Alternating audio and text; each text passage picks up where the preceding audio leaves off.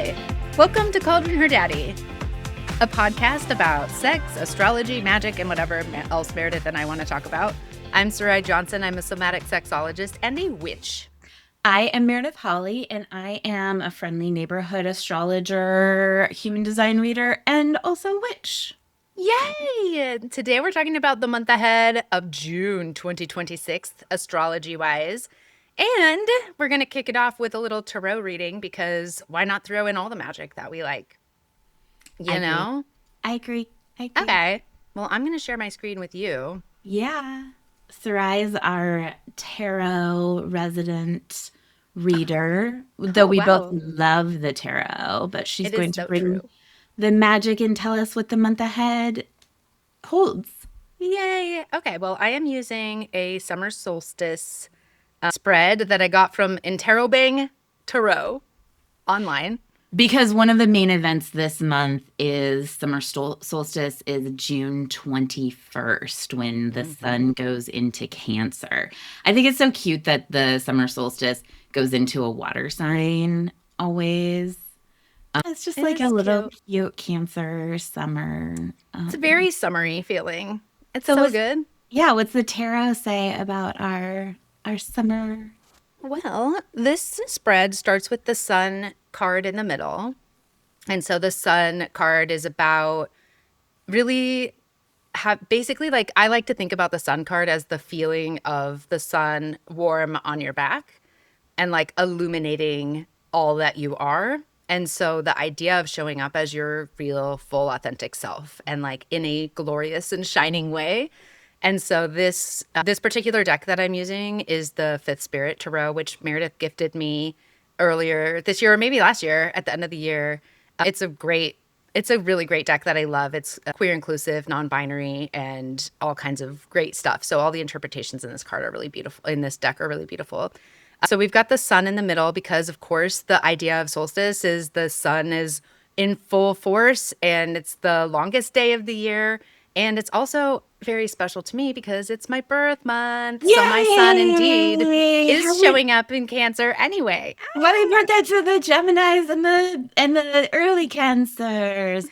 I also think it's so funny when tarot is so literal. So like, just for people listening, Sarai did not go through the deck and select cards that she thought would be appropriate for the month. But sometimes the tarot is just quite literal. Like, it is the middle of the summer. It's time for us to shine, show up authentically. The sun card has got you. Yeah, it does. Well, in this one, I will say I did search for the sun card because that's how this spread works, is it starts with the sun. Oh, there we go. Yeah, okay, but normally it would have been an amazing and perfect and literal thing. And honestly, this is how tarot actually is sometimes, is it'll just be like, okay, that's so embarrassingly on the nose. Like, yeah.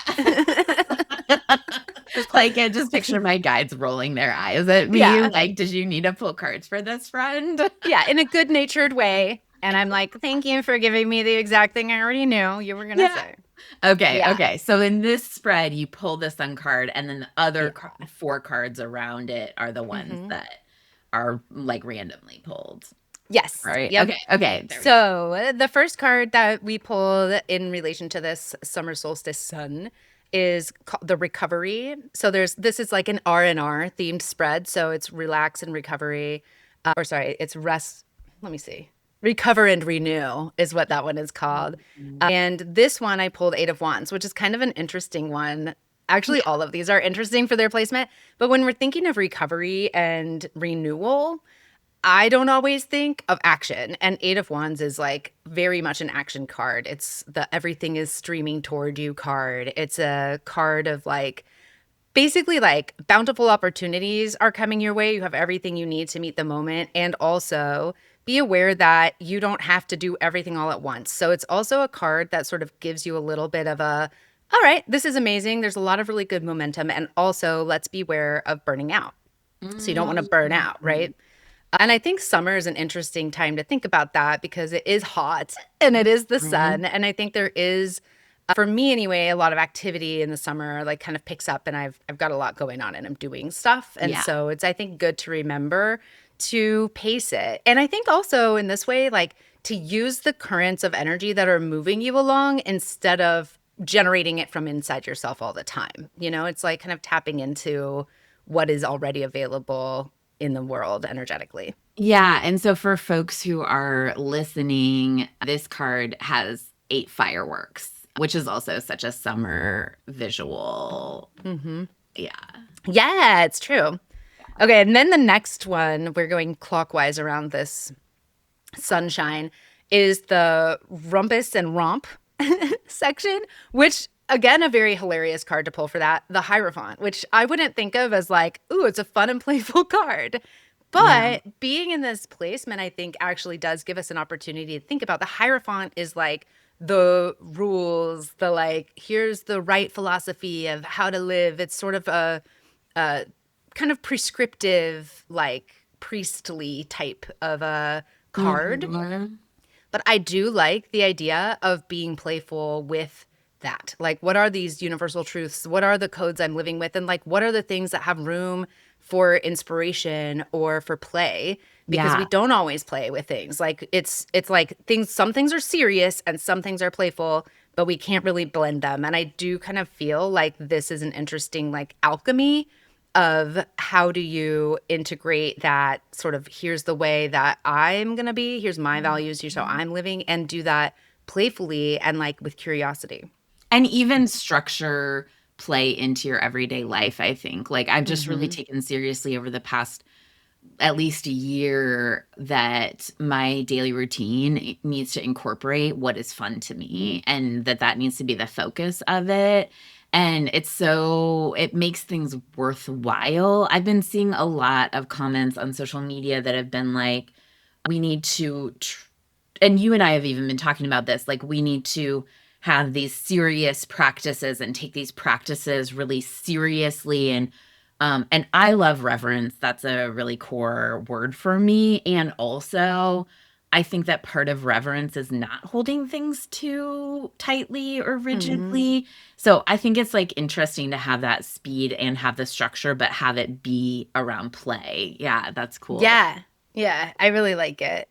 And then we have release, which is Six of Cups reversed. Mm. The way that Meredith and I talk about reversals is thinking about it as the energy that we're not allowing. And Mhm. like maybe a admonition to consider how we might allow this energy in our lives a little bit more. And so under release is Six of Cups reversed, and Six of Cups is like Five of Cups is a card of like grief. It's sort of a card of the full spectrum of emotion, but it really is speaking to the grief of loss and still the hope of, in the Five of Cups having those 2 cups left. And so the next is Six of Cups, where we have 6, in this case, containers, different kinds of containers of various fullness and with various kind of uses. So there's like a jar with lightning bugs in it and a plant pot, and there's a plant growing in it, and there's a wastebasket with some garbage in it. So there's different things in this picture. But I think this, to me, letting go or releasing around Six of Cups is, I think, allowing yourself to experience the emotional waves of being a person. It's a lot about memories and like about nostalgia. And I feel like for me, summer is also always a time about nostalgia and about feeling like not necessarily longing for the past, but I remember stuff because like my activities were always in the summer, as a summer camp girly, like all of my life was around summer. So Cancer is so nostalgia based. totally. Yeah. Yeah, Six of Learn. Cups is a really good let yourself have the nostalgia and also recognize that like your past gives you beliefs about your future.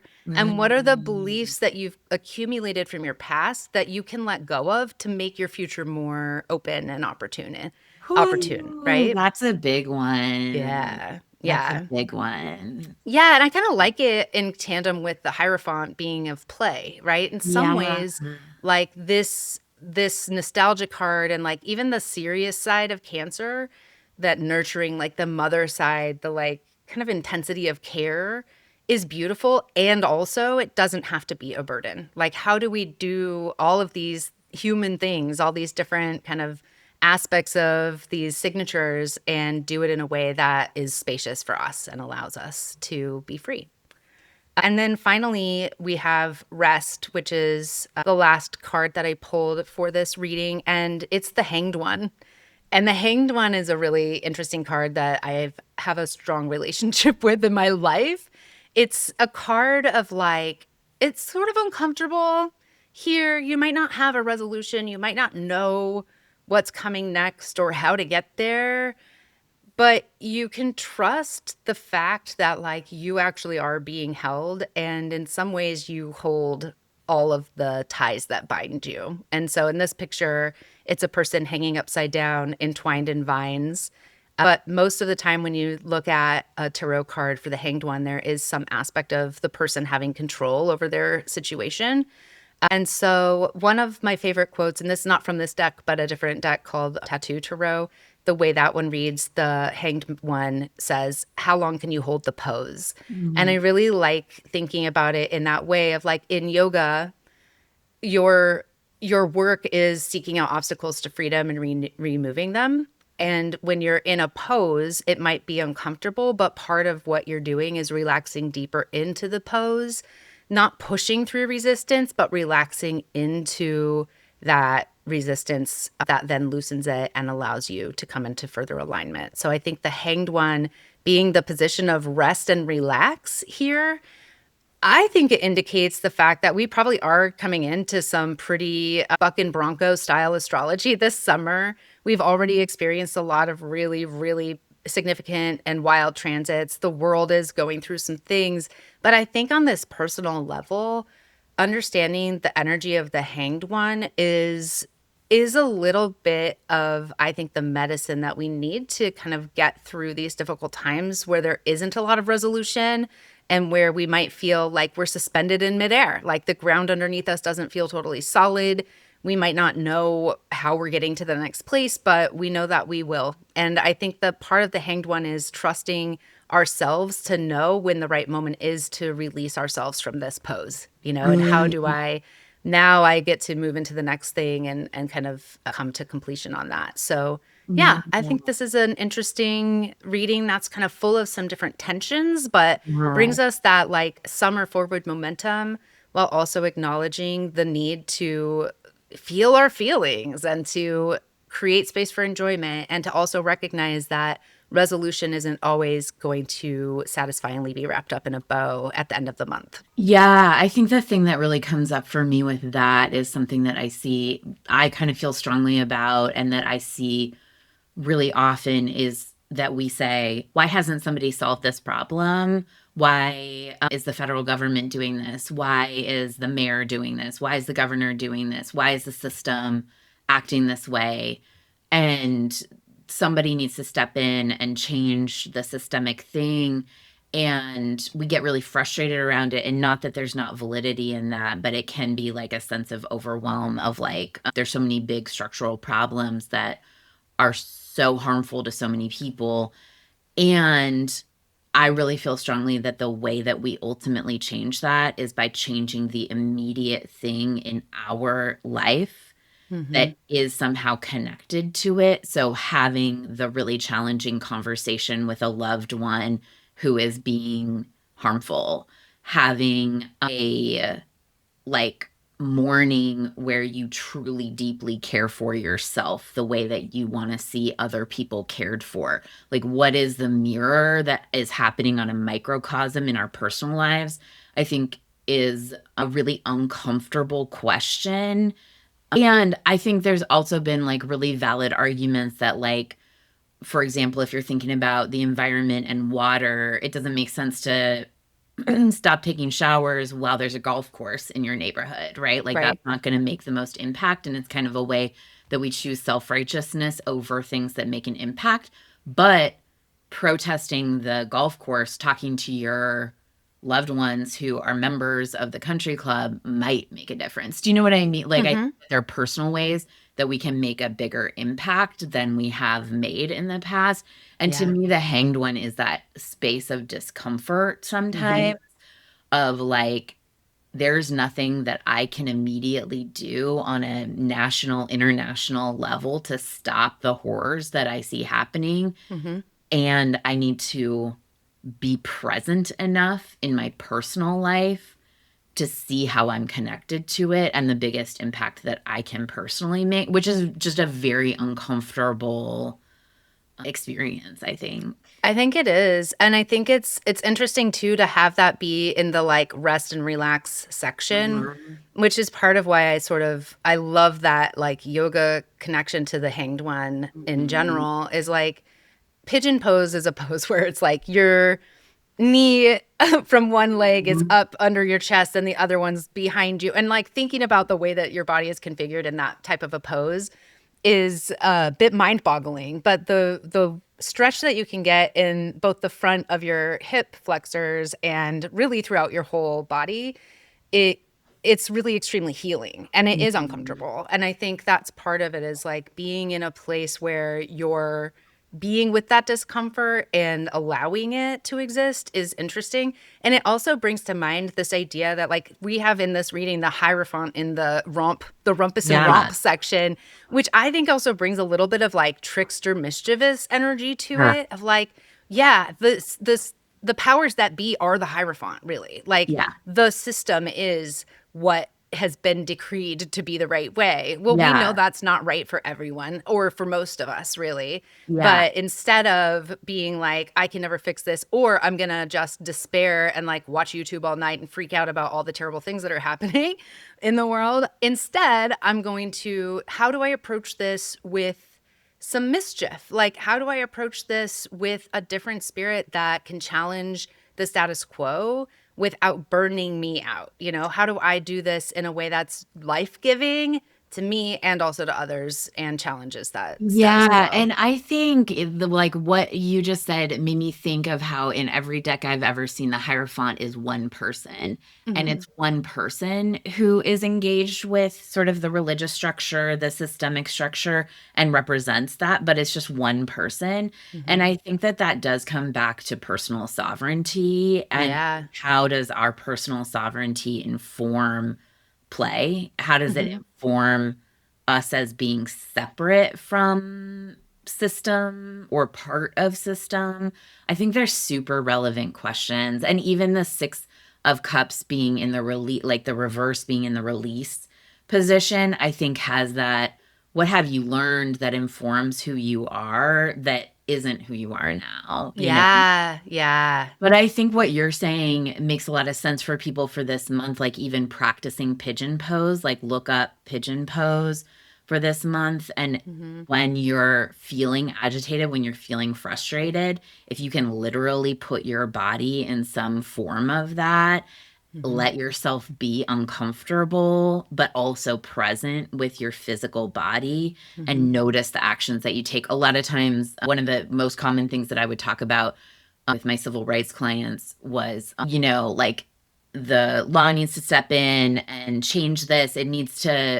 We need to not have racism anymore. I thought we were past this. We need to not have Hmm. ableism anymore. I thought we were past this. And I would always say the path to being past it is putting one foot in front of another and being frustrated that you have to put one foot down and then another foot down. You have to build the new structure. We have to put one brick on top Hmm. of another brick. It's not like I've imagined the new structure and it's there because we live in physical bodies. So I think that Right. pigeon pose stability kind of Yeah. Yeah. like the weirdness of it Hmm. can also have that physicality of the one step in front of another, the Yeah. I'm present in this body and I do have power Hmm. over what's around me. Yeah. Yeah. Okay. Awesome. All right. That's our tarot outlook for the month. How exciting. All right, let's talk about the astrology. So, as we go into June, May 31st, everybody knows from last month, is the Sagittarius full moon. And that's coming on top of some Pluto transit. I mean, we're always having Pluto transits, but it's a Mars Pluto transit this week while we're recording this. That can be pretty intense and feel insecure and feel like we have this anger that we don't know how to express and we're not expressing like well and healthy. And then the Sagittarius full moon is this tension to me between the security of having one truth, having one higher vision that's the right one versus the Gemini sun that says all perspectives are valuable. Hmm. All of the truths have some kind of importance, and there's no one truth that's higher than the other truth. Hmm. Truth Which is, anarchists. yeah, it's uncomfortable tension. So June 1st, Mercury, we start out with Mercury going into Cancer. So Mercury has been in, I like to refer to Mercury as they, them, because Mercury is non-binary. And I feel like we don't have a lot of non-binary deities. And so we should really honor that Mercury is they. Sweet. And so Mercury has been in Gemini, which is the house that Mercury lives in. Mercury loves Gemini, and then Mercury goes into Cancer, which is a little bit more of a tender, like I could let Sarai speak to Mercury in Cancer, our resident natal Mercury in Cancer. Yes, within Mercury in Cancer, I soak all of my words with A little bit of honey, a little bit of some nurture and some honey, sweetness, as a songwriter, like a poetess. And yeah, I think Mercury in Cancer is, I think a lot about like speaking truth and hopefully in a way that feels not just encouraging, but like healing and nourishing. Yeah. That's how I feel about it. It's such a I'm biased. yeah, it's such a sweet placement. It's not like if you picture so Mercury rules Gemini and Virgo. Mercury likes to analyze all the component parts, look at all the perspectives, see everything. And so Cancer is a water sign. Cancer is nurturing. Cancer is the nest that the babies live in. Cancer can also be pokey and sharp to protect the babies and protect the soft spots. And it's not necessarily the most intuitive place for Mercury, but it is a very poetical place for Mercury. And like you're saying, it has more of that focus on one thing instead of seeing all the component parts. Mm-hmm. On June 2nd, the sun sextiles Saturn, which is an aspect that provides structure. So as we've been considering deep things, as we've been looking at all the perspectives, the sun the week before, which is the last week of May, was trine to Pluto, which is about power. So June 2nd sort of asks us, hey, if you were going to create a structure out of what you've realized about yourself, what you know about yourself now, how you show up in the world, this is just a little like sweet little boost to figure out what that structure is. Oh, a fun Hierophant day. Yeah. Yeah, that's a really good point. So structure your play on June 2nd. And then the sun on June 2nd, the sun will be in Gemini still, and Saturn is in Aries. And so that does have just a super fun play energy in itself anyway. On June 3rd, Mercury in Cancer is square to Neptune in Aries. And so that is more of like so Neptune always brings dreams. Neptune brings confusion. Neptune brings imagination. Neptune's very nebulous. Mercury is how we think and how we communicate. And so a square, though, is tense energy. And so it's like you have this dream, you have to communicate it. You might not be communicating it totally right. And that might bring a little frustration. That might, like, what you're saying and what you're thinking and the way that you and like what you mean kind of might be different. So part of the lesson with that, part of making friends with that is letting that be okay. Like, in order to learn to draw, you have an imaginary vision of what it's going to look like, and then you put your hand on the paper and it looks absolutely nothing like the thing that's in your mind, and you have to like love that process, right? Yeah. I think Neptune Mercury square to Neptune is kind of that. You got to just say it, even if it's wrong. You got to just write it out. You got to draw the thing, even if the drawing doesn't look like the imagination of it, and like fall in love with that process. I feel like to me, it sort of Thinking about the artistic medium, Neptune in a square to Mercury feels like watercolor. Like it's Yeah. subjective, it's sort of splashy. It's like an impressionist painting, not a realism, Yeah. But art. it's also going to be like a watercolor done because it's a square done by like a 9-year-old, you know? Yeah, perfect. Like it's just like, oh, like I poured the water got poured onto the Mhm. watercolor. I didn't mean for it to be that way, but what am I going to make out of it? What is Yeah. perfect about this still? Hmm. June 9th is a special day. So Ooh. everybody mark June 9th. June 9th, Venus is conjunct Jupiter. And the days leading up to it, Venus is approaching conjunct Jupiter. It means that Venus is in Cancer, Jupiter is in Cancer. They're in the same spot in the sky and they're joining. They're the two benefics in traditional astrology. Venus brings beauty and relationship and love, Jupiter brings expansion and growth. And so, for those Cancers in the room, this is just a very sweet day of like, where you can allow beauty. I think one of the interesting things about looking at the month ahead astrology and even like tracking horoscopes and watching it with people is like not all of us have a great day on a great day.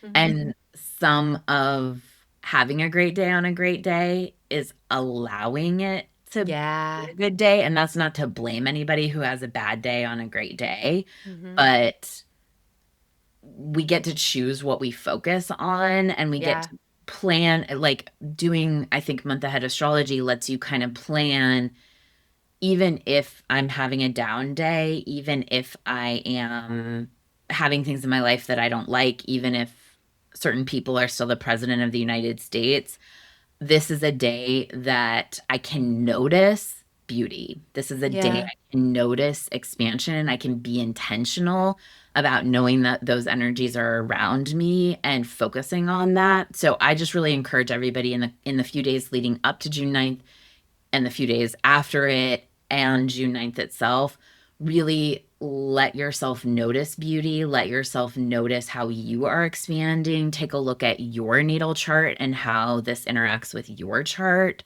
Hmm. Because I think it's a great day. It's a day where I'm gonna do some potions and candles even and see what I can create. Yay.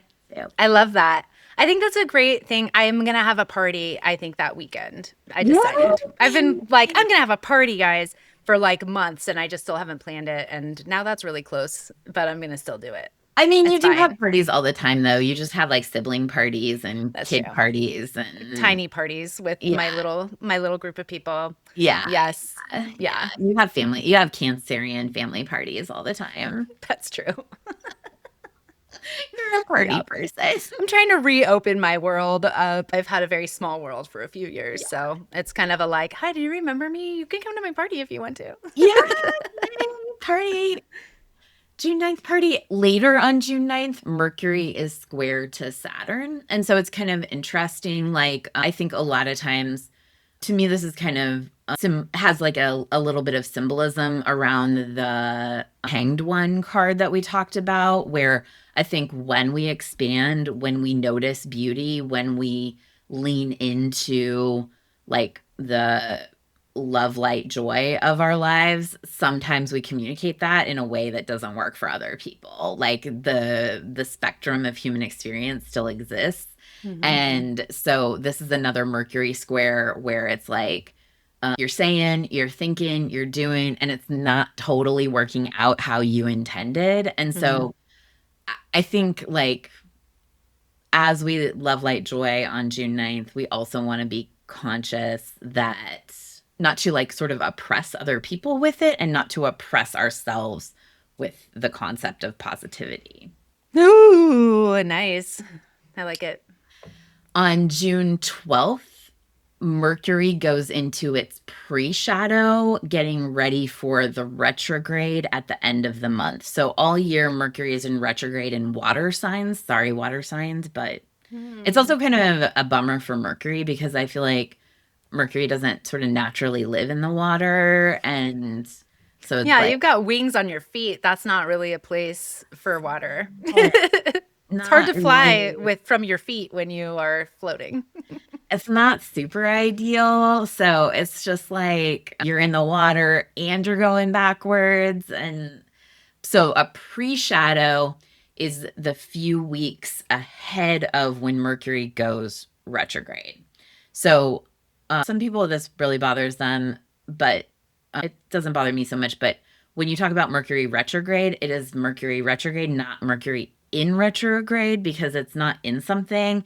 The what Mercury retrograde means is that in the literal sky, because when we talk about astrology, we're actually literally talking about the stars in the sky, right?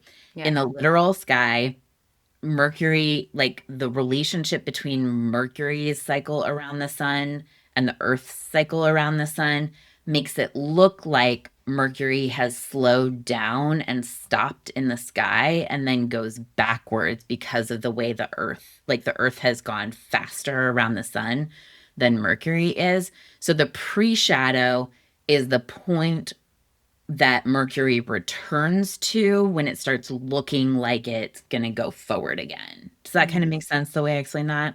Yeah, I think so. So the reason that we track the pre-shadow is that sometimes what happens in the weeks of the pre-shadow can kind of indicate the snafus that will come up during the Mercury retrograde. Mercury retrograde is just a time. I love a Mercury retrograde, so I'm going to bring some toxic positivity to this whole conversation, it turns out. It's not toxic. I think it's countercultural. And I like that. That's a Hierophant play zone because people are afraid of Mercury retrograde, but it is just a time to review and reflect. And I think we're afraid of it because it does make us slow down, and no one wants that. But alas, it turns out we're all humans and we still live at the phase of human time, whether we like it or not. Yeah. And if anyone wants to know what it means to have Mercury in Cancer, what Sarai just said is very Mercury in Cancer. Let's all just get along with the Mercury retrograde. Let's just see it as a wonderful opportunity to rest and reflect. All hold hands and love the Mercury retrograde. We'll just float here together with Mercury going backwards through the bay. It's so wonderful. I feel like Pisces is the ocean. Cancer feels like a bay. You know, that's where you go get crabs. When I used to go crabbing with my gramps, we would do it in like the bay. Yeah, that's such a good point. It's like a little cape. Yeah. Yeah. That's such a cute way to think about it. I love the Mercury retrograde because I have a very overactive brain, and you cannot think your way through the problems of the Mercury retrograde. You have to feel your way through the problems of the Mercury retrograde. And I always feel like I get like really in touch with the sensitivities of my energy and my body because my mind isn't going to solve the problem. Yeah. And so I think it's really fun. And then when Mercury comes back online again, I'm like, all right, I was ready. Like, that's cool. Like we can think.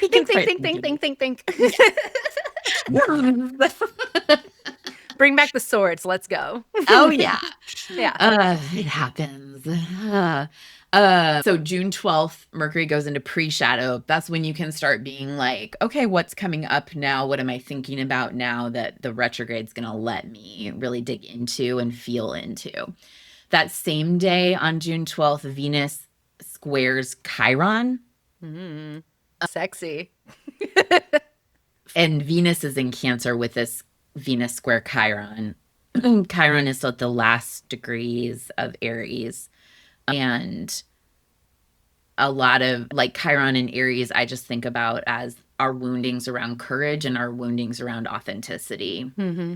And I think Venus in Cancer is so nurturing. And so it really gives that opportunity to sort of have a hard time because it's a square, have it be difficult, have it not be smooth, but allow nurturing into these really difficult woundings around authenticity. Wow. As you're saying this, I'm thinking that Six of Cups reverse in the release section of the reading feels very attuned to this June 12th day because it sort of fits in with the pre-shadow of the Mercury retrograde plus this Venus square Chiron piece because there's that sense of like slight like tinge of pain with nostalgia that I feel like Venus and Chiron can make together in that kind of an aspect. So go And on. even the woundings that we don't want to think about, I Totally. think, are Or that related we to maybe have this. forgotten. Like, you know, when Yeah. you get out of a really hot shower and like scars on your body you forgot about sometimes will show up more because your like skin is really supple and hot. And you'll see a spot and you're like, oh, I forgot about that thing I did to my knee when I was 12. Like, you know, I think that's sort of what I feel like happens. It's sort of like steams it up and allows you to see your wounding in a different way or like care for it in a different way. I've been working with a really wonderful client recently who has had just a few years of remembering repressed memories Mm, and even remembering memories that they had that they continue to remember, but in a different quality with different mhm. context, like with expanded context. Oh, sure. And I think they've really reflected back to me how it's been like their brain is ready to remember, their Hmm. security is ready to remember, their energy is ready to remember, but then it feels really unsafe to re-experience those memories. Like it brings up Yep. real tragedy and Right. things that their brain were too unsafe for their brain to even accept as a child, Totally. And Absolutely. I think I've been thinking a lot lately about like the value of that and why our brains do that. And I think one of the values of it is not necessary. I think we can get really into self-diagnosis and get really into rigid ways of like thinking that there's something wrong with us. Hmm. And I think when we can relate to these memories in a loving way to our inner child and know that these are experiences that we overcame and also that were hard and sort of meet our inner child in those spaces in a Hmm. tender way, I think they really transform into something meaningful towards our wholeness and our strength, Yeah. which is such a Cancerian thing too, as we sort of go into it, which I Yeah. think is super Six of Cups reversed experience. Totally. Yeah. It's like cradle your inner child on June 12th. Have a Even when you little don't time. want to, even Yeah. when you're like, that fucking kid, you know, Yeah. It's the okay to be name. annoyed with your child self. Children are annoying, but you're also just a person. You know, you And didn't know. You were just trying to get through. right, and both can be true. Like you can work through the annoyance with your inner child to Yeah. find some kind of healing around it, around those experiences. On June 13th, Venus goes into Leo. Venus in Leo is quite different than Venus in Cancer, I think. I love that Cancer and Leo are next to each I other. They're know. just like really fun, totally different people I know. in just the Oh, best way. It's really cute. I like Leo. I also have had times in my life where I've had a real problem with Leo energy. You know, I fixed fire. It's like, it's a lot. It's a It's a lot. lot. Yeah. It's a It's a lot. And it's lot. great. I love it. You know, it's the sun. Who Yeah. doesn't want to be warmed by the wonderful sun? It's great. And like Venus in Leo is just like flare. Like Yeah. if there were a flare placement, it's just like go full force, be on stage, let people love you. I Feels like had one. Queen of Wands stuff too. Like Queen of Mhm, Wands is like super gorgeous and flashy and like powerful. And I mhm. kind of feel like that's a fun, like drag queen vibe to bring. Yeah, I think someone was explaining to me why they had a problem with Leo energy, and it was like, well, the it's so patriarchal. Like the male lion just lays around, and the women have to do all the work. But then I think you could also say the queen lion like organizes everything and then keeps a side piece of male lions around Hmm. to meet her needs. I don't know. I mean, Honestly, I feel like that's really empowering. Let's get in there, matriarchy.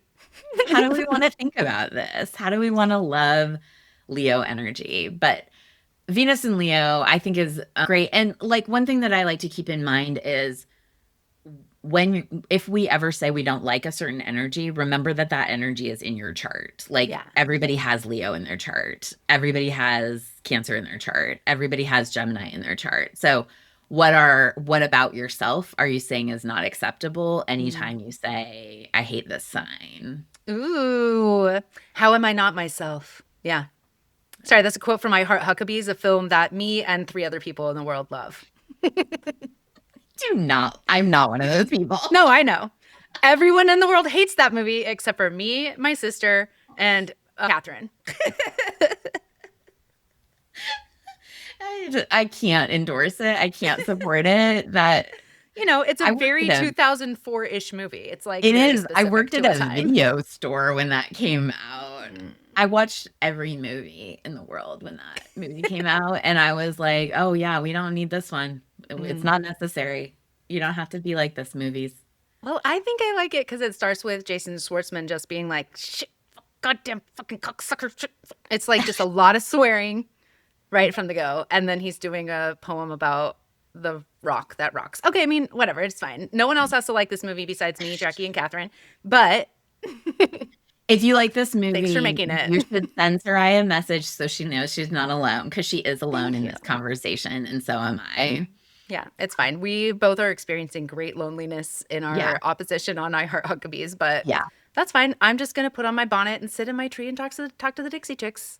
And that's from that movie too. Okay, moving on.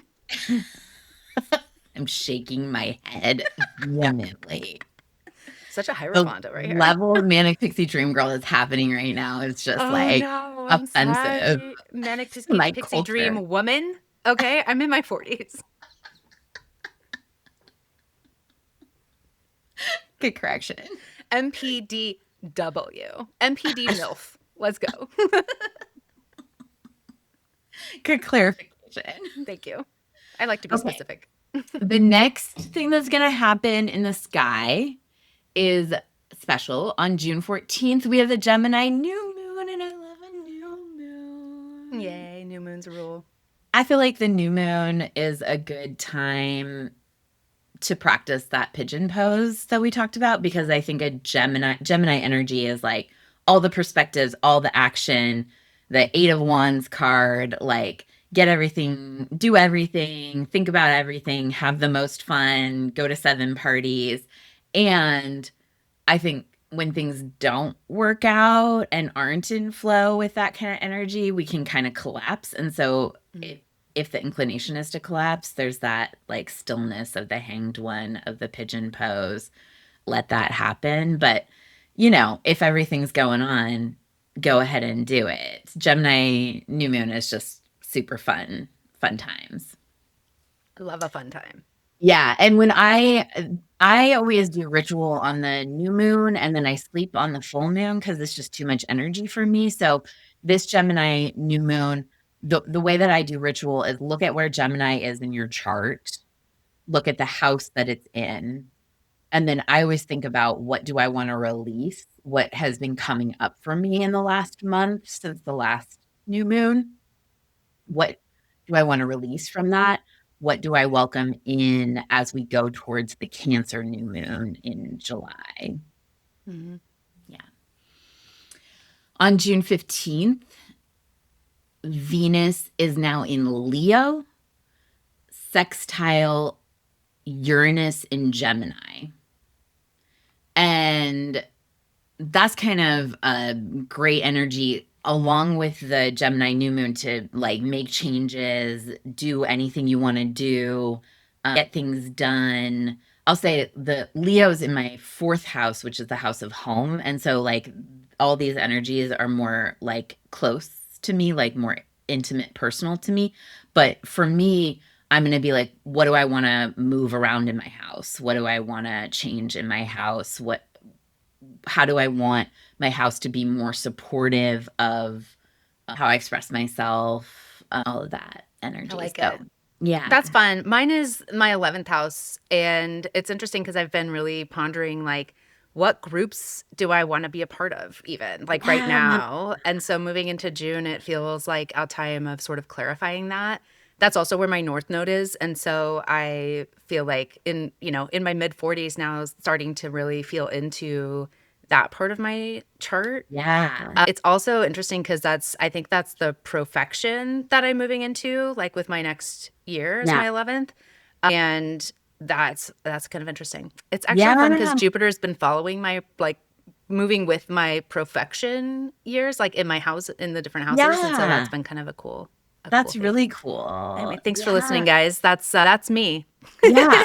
Referencing our own charts and how we're going to engage with it. But definitely look at your Gemini, Leo areas of your chart, but also Cancer, obviously, because the sun's going to go into Cancer later. Spoiler alert. Um, okay, on June 16th, Venus in Leo trines Neptune in Aries, and that's just another fun flare transit aspect. So a trine is a supportive energy, Venus is beauty, Neptune is imagination. Like, how do you want to bring more imagination, more of your authenticity into how you express yourself in your Leo house of your chart? So that's super fun.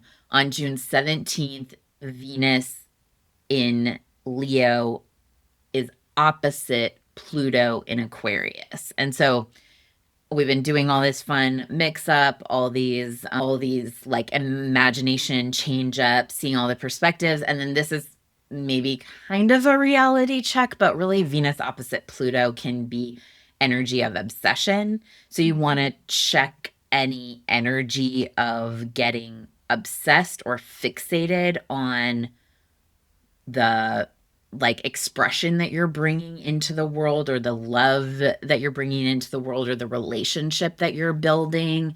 You want to check getting obsessed that it needs to be one way, or that like in relationship that one person is going to solve you, kind of Hmm. solve your relationship needs, that you need another person to conform to your expectations in order to be fulfilled romantically, or live a beautiful life. That's the reality check on June 17th. I have natally Venus opposite Pluto.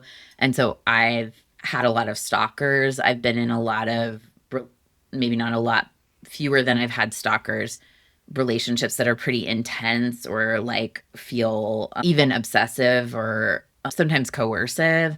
And the thing that I've learned with this is anytime my brain goes to this is the only answer, like it's either this person or death and destruction, I'm having a Plutonian experience.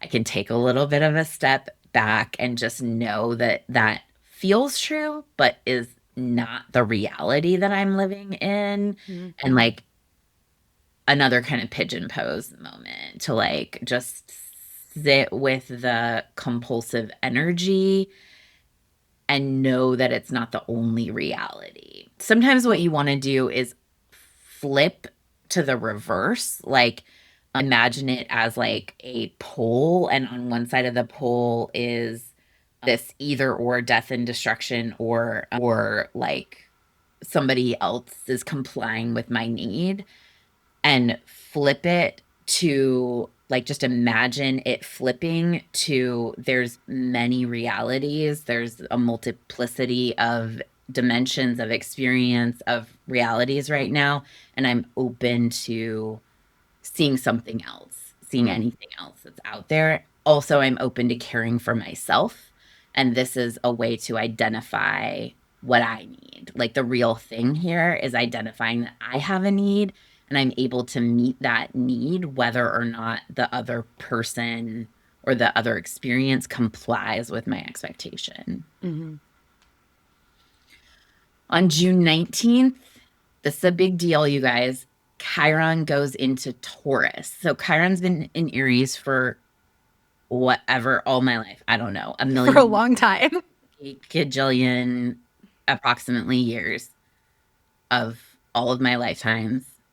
And now it's going into Taurus. And so this is kind of a generational shift almost. It's not the same kind of generational shift as Pluto going into Aquarius, but because Chiron's in signs for so long, it is significant. Um, People who are in their late 40s are gonna feel this. This is so a Chiron return happens when we're around 50. So those of us who were born in like late 70s, early 80s have Chiron in Taurus. We're gonna start to feel a return to core wounding around identifying that we have needs as people. And so I think that the Venus Pluto opposition can kind of be almost like a deep charge to remind us that we have needs and can kind of bring that up so that as Chiron goes into Taurus, we can really start offering healing around what it means to even have physical needs as a human, to need to eat Yeah. every day, to need to poop every day, to need like all these embarrassing human experiences. And how do we surround that in a Taurus nurturing love, but also how do we allow that we have wounding around it? Mm-hmm. On June 21st, then is the summer solstice. Yay! So, yay! That's when the sun goes into Cancer.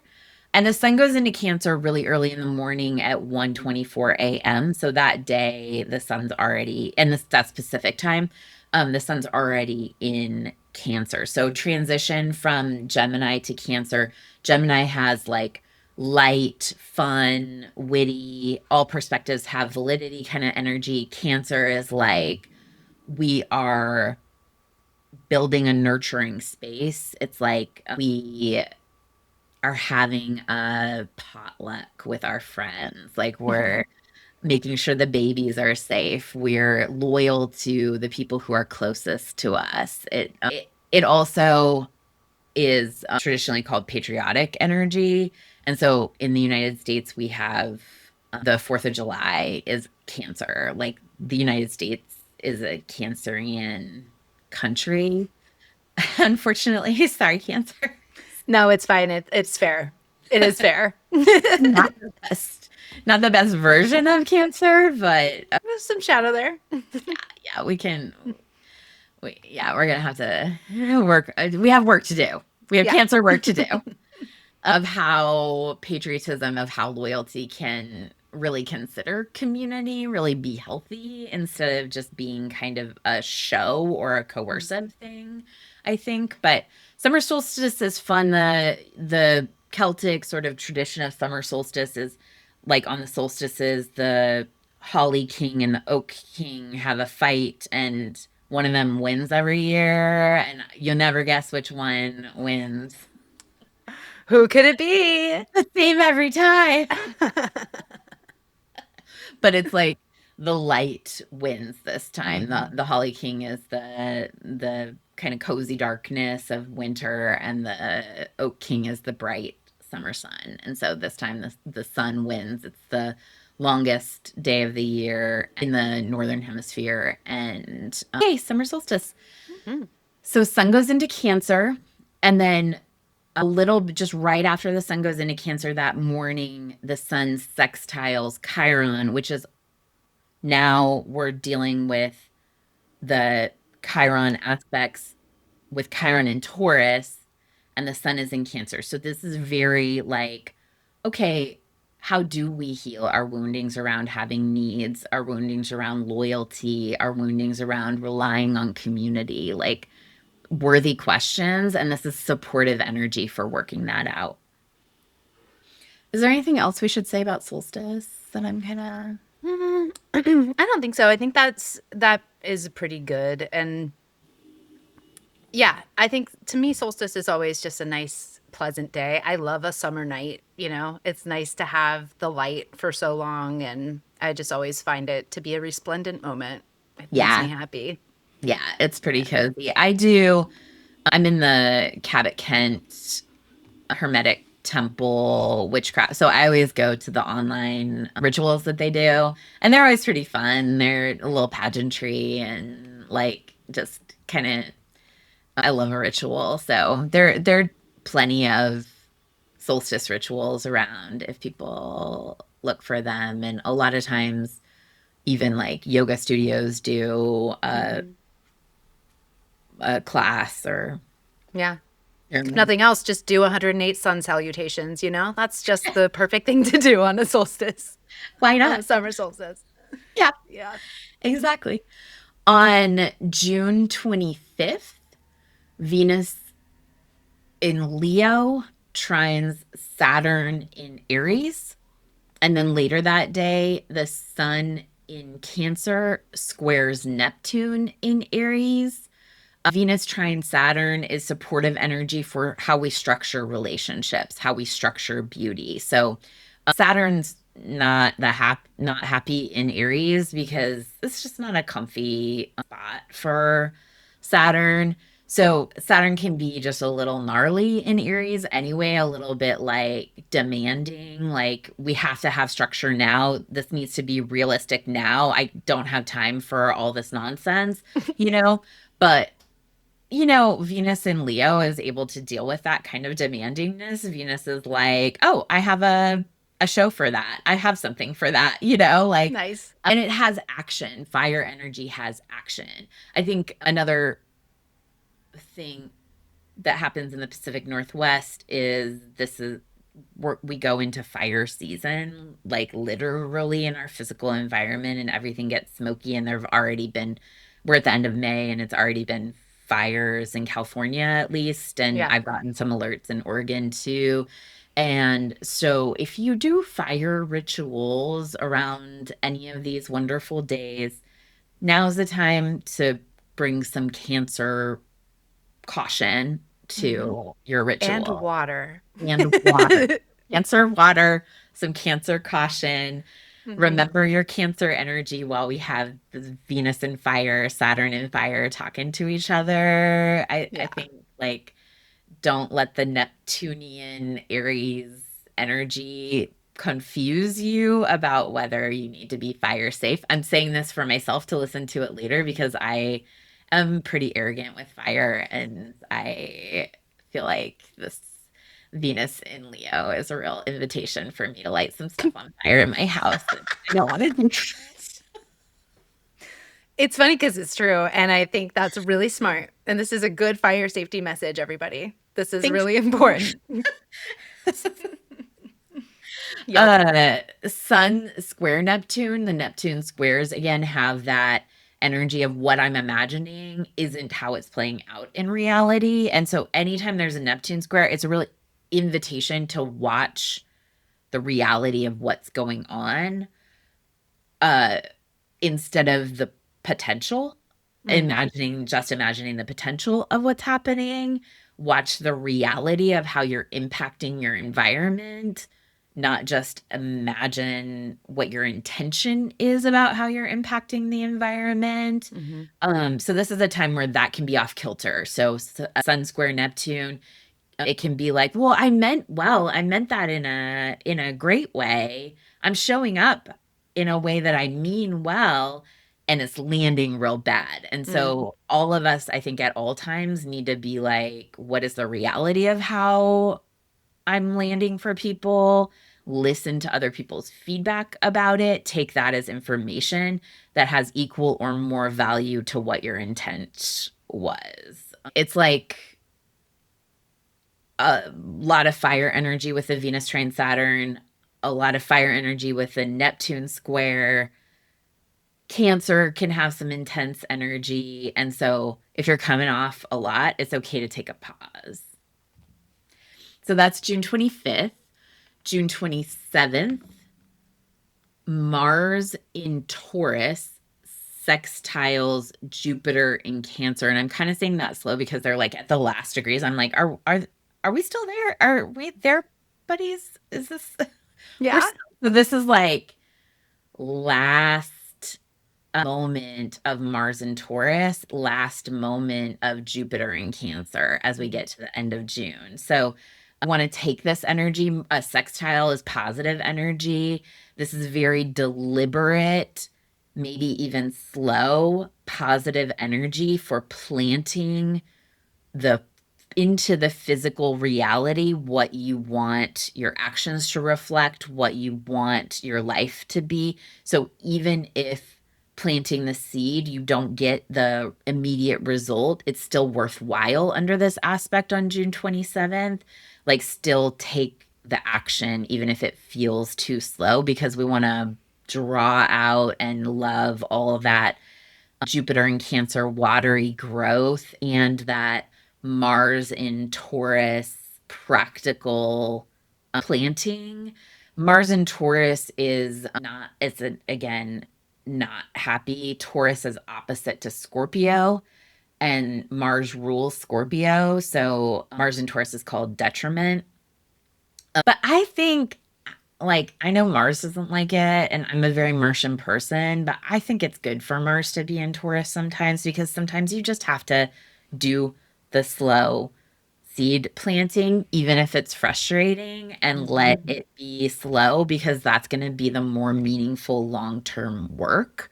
Mm-hmm. Uh, so I don't want to be rude to Mars, but I do think it's kind of okay for Mars to slow down a little bit. It's good for you, Mars. Take that. Sorry. Sorry, It Mars. builds character. I So mean, you have to move through that fixed term. does. Think about when you're planting a garden. Like, I remember as a kid, we had a huge, huge garden, and it was always really annoying to me to plant corn because you have to plant it in a very specific way, and it has to be a certain amount of inches apart, and it has to be a certain amount of inches deep, and it's like you need to do it precisely so that your garden grows in correctly. And once the seeds start to sprout, you go and, pull whatever ones are the weakest and let the strong ones grow. It's just like very much a process. So it does take time, and it is a bit rigorous at the beginning. And then eventually you've got yourself a row of corn, and then you Yeah, can eat all the corn you want come August. I don't even like corn, but I still endorse this message. Yeah. But I'm somebody with Mars in Aries, and so Mars rules Aries. Mars is very comfortable in Aries. I really honor that sometimes you got to get shit done, and sometimes you got to get shit done fast. And also, I don't know, I just am starting in my old age, my crone years, to see the value of planting your little row of maybe not corn for me, but maybe just some herbs, maybe like putting a little time in the ground. Yeah. Love time. Yeah. June 28th, Mars goes into Gemini. And then that is like speed, speed, speed, speed, speed, speed. Like everything speeds up. So this is why I'm saying capture the little nurturing planting moment of June 27th, because everything is going to speed up and it's going to be fine, and you're going to make it through all the slow stuff. Yay. Mars in Gemini. Gemini's an air sign. So it's very quick towards putting our thoughts into action, right? Like, air signs are about thinking. Mars is about action. It's about embodiment. It's about going forward. So with Mars and Gemini, we don't just imagine reality. We like think about it, then we get it done. Sometimes we get it two opposite things done at the same time, which is fine. And then June 29th, we have, it's sort of a more active day. I feel like it's one of the more active days of the month. So the end of the month, June 29th, Mercury goes retrograde at 10:35 a.m. Pacific. And so that's Mercury in Cancer going retrograde in the sky, so going backwards in the sky. And this is when it's not, and I think this goes kind of nicely again with the Mars in Gemini, because it's like, it's not so much about thinking things through. It's not about intellectually solving it. It's about trying. It's about doing. It's about taking action, and about I think Mercury retrograde is about letting the mistakes happen, but letting the mistake or the computer shutting off or the plane ticket getting scheduled for the wrong day or all these Mercury retrograde things, letting them happen, but letting them be the key to open the portal to what is better. So I like to think about every time a Mercury retrograde mistake happens, even if it's a mistake that I made, being like, what's going to happen? There's some kind of magic here. This is Yay. magical retrograde portal. I love your Bob Rossian approach to happy little mistakes, happy little accidents. Exactly. It's very Bob Ross. I feel like Bob Ross was vibing with me about Mercury retrograde. Totally. I bet you're right. Bob Ross was like, I can paint the shit out of these happy little clouds on a Yep. Mercury retrograde. Yep. Yep. Exactly. And then later in that evening, so this is 4:56 Pacific. So it's going to be later if you're in the United States, East Coast or to the east of moi. Mhm. There's the full moon in Capricorn.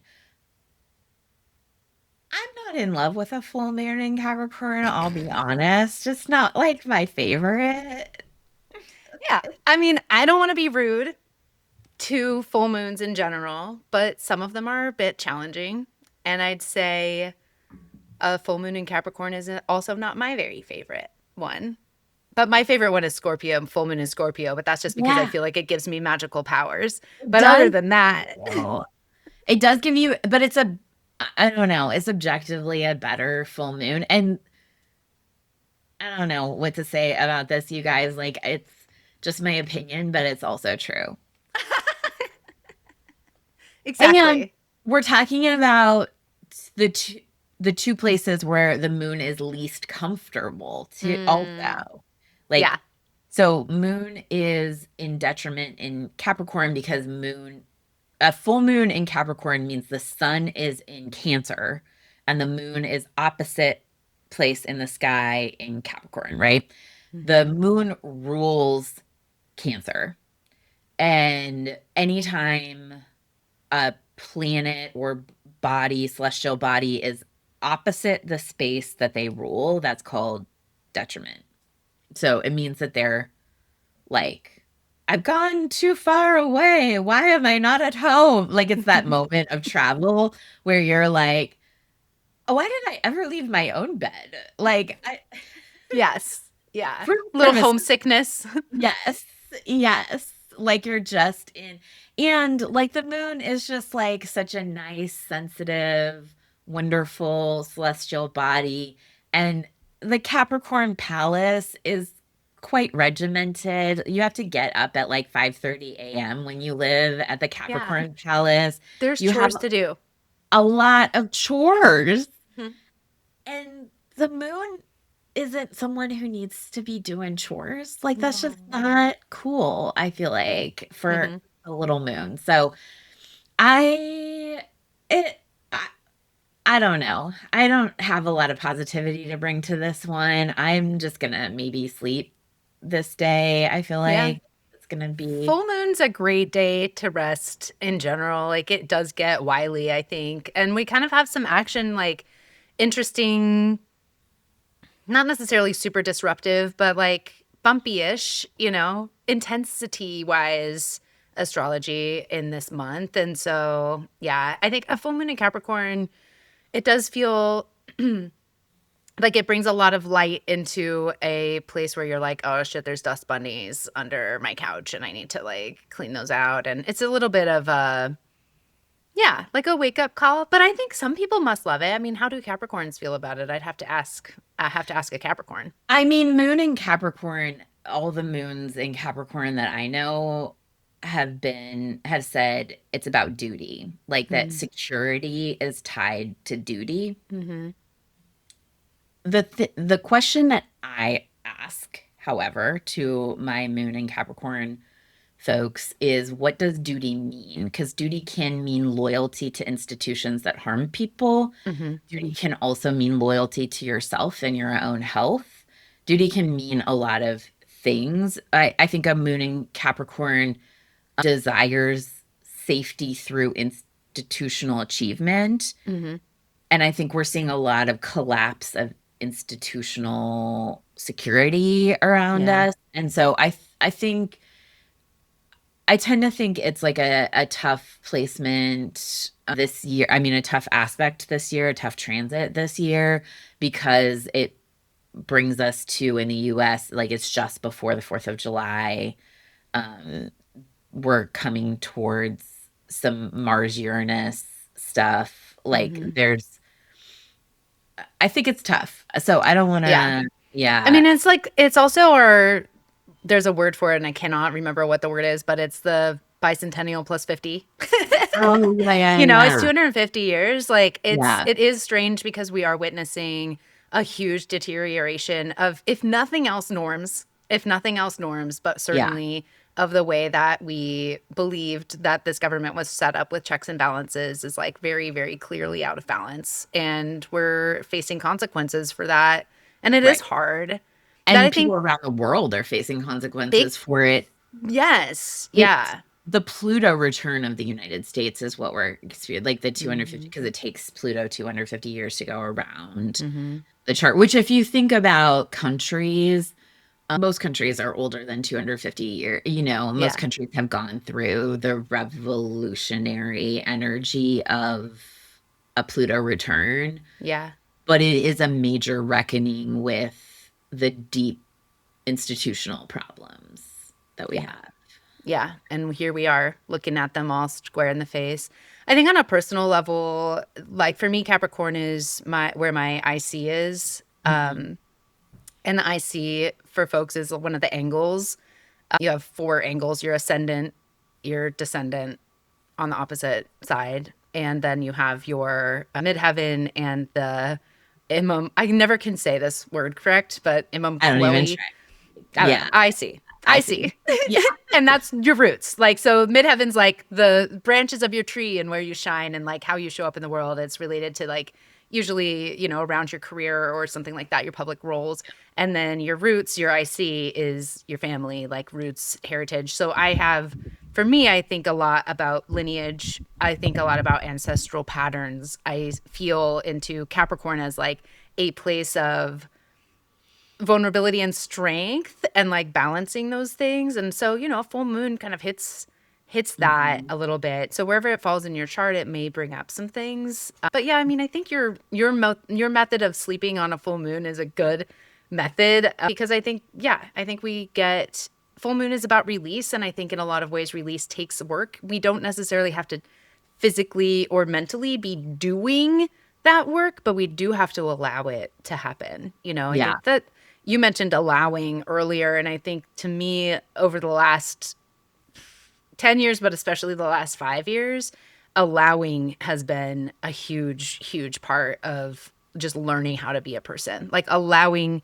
myself to have yeah, needs, allowing myself to take up space, allowing my body to feel what it feels. Like all of the ability to experience grief is allowing that space. Experiencing pleasure is allowing it. It's not like efforting as much as it is allowing and like letting go of control.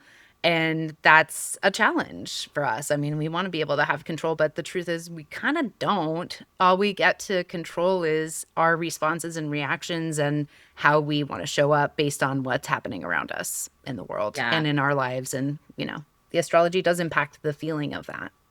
I think that that's really wise. I think mine is opposite. Our charts are kind of opposite of each other. So I have Capricorn is my midheaven, and then Cancer is my IC.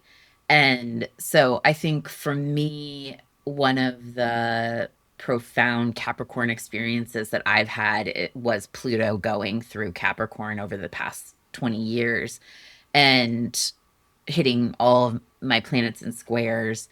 And I think that it, like this full moon, I think can be an invitation to question the structures in our lives, to release structures that don't work in our lives, to embrace what it means to nurture because the sun is in Cancer, embrace Mm, what it means to nurture ourselves, embrace how important nurturing ourselves and our close community is to rebuilding structures that also nurture.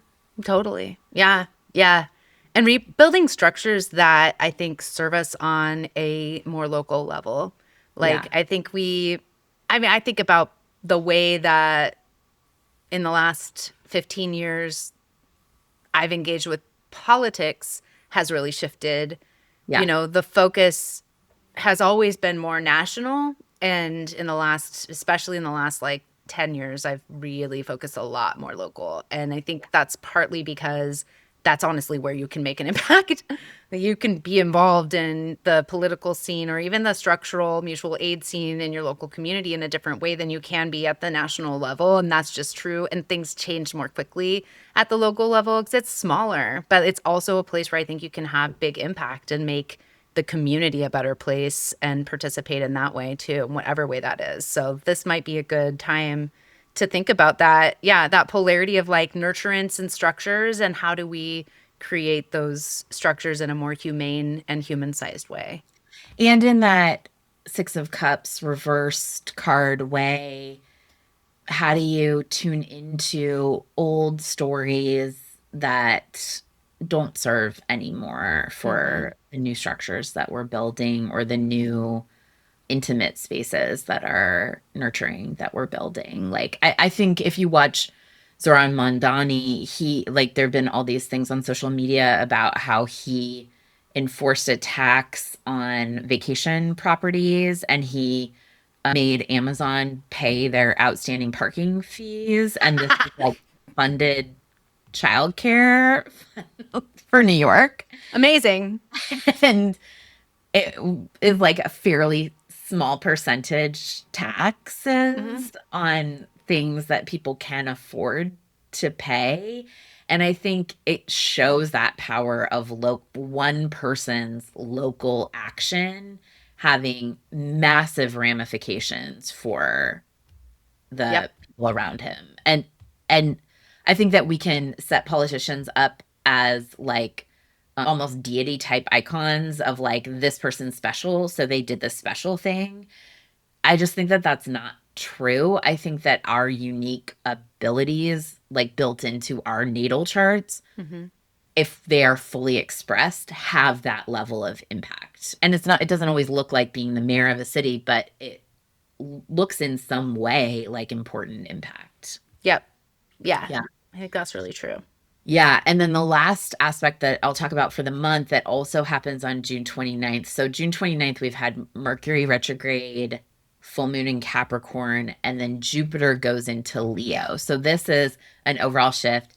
Sorry to Cancers, but everybody has Leo in their chart also. So, Cancers have had this wonderful visitation of Jupiter and expansiveness and growth through Cancer. And now the Leo place in your chart is going to be what has expansion and growth, which I'm kind of excited about. Jupiter in Cancer for me has really made me so Cancer's in my third house. And it's really made me think about what the third house is. And third house is typically delineated as siblings, elementary education, short communications, short travel. And one of the things that has really come up for me with third house is local community, small community, which also is covens. And like, Mm-hmm. this has just been a time where I've really redefined and expanded how my covens, my local community nurture me and the kind of support I expect through community. So Yeah. I've loved Jupiter in Cancer, but I'm excited for Jupiter to go into Leo. I think it's going to be really fun. Yay. I love fun things. Let's get excited. Yeah, yeah. I think definitely look at your Leo area. Like Sarai said, is it fully going into it's going into your 11th whole sign? Is it going into your 11th otherwise? Do you remember? Oh, I don't know. You're the astrologer. I'm